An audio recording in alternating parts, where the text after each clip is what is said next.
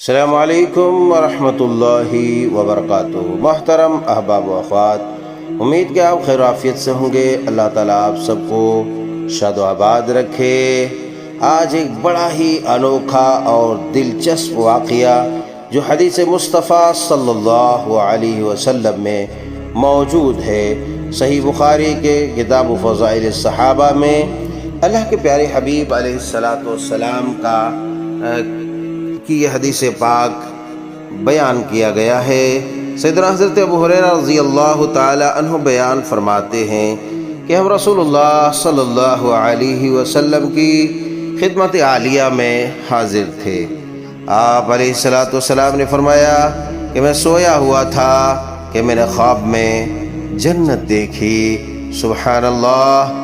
آپ کو معلوم ہونا چاہیے کہ انبیاء اکرام علیہم الصلاۃ والتسلیم کے خواب وحی الہی ہوا کرتے ہیں، اور جو بھی دیکھتے ہیں سب کے سب سچ اور حق ہوا کرتے ہیں۔ فرمایا کہ میں نے خواب میں جنت دیکھی۔ میں نے دیکھا کہ ایک عورت ایک محل کے کنارے وضو کر رہی ہے۔ میں نے پوچھا یہ محل کس کا ہے؟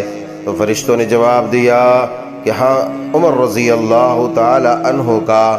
پھر مجھے ان کی غیرت و حمیت یاد آئی اور میں وہیں سے لوٹ آیا۔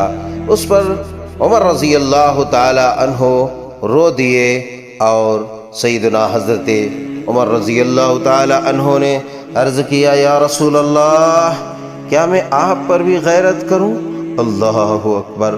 سبحان اللہ وبحمدہ، سبحان اللہ العظیم، اللہم صلی علی محمد وعلی آلہ واصحابہ وازواجہ وذریاتہ اجمعین۔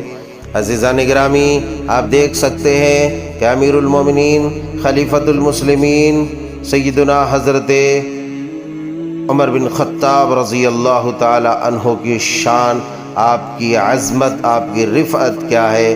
اللہ آپ کے ساتھ ہم سب کا حشر فرمائے قیامت کے دن، آمین۔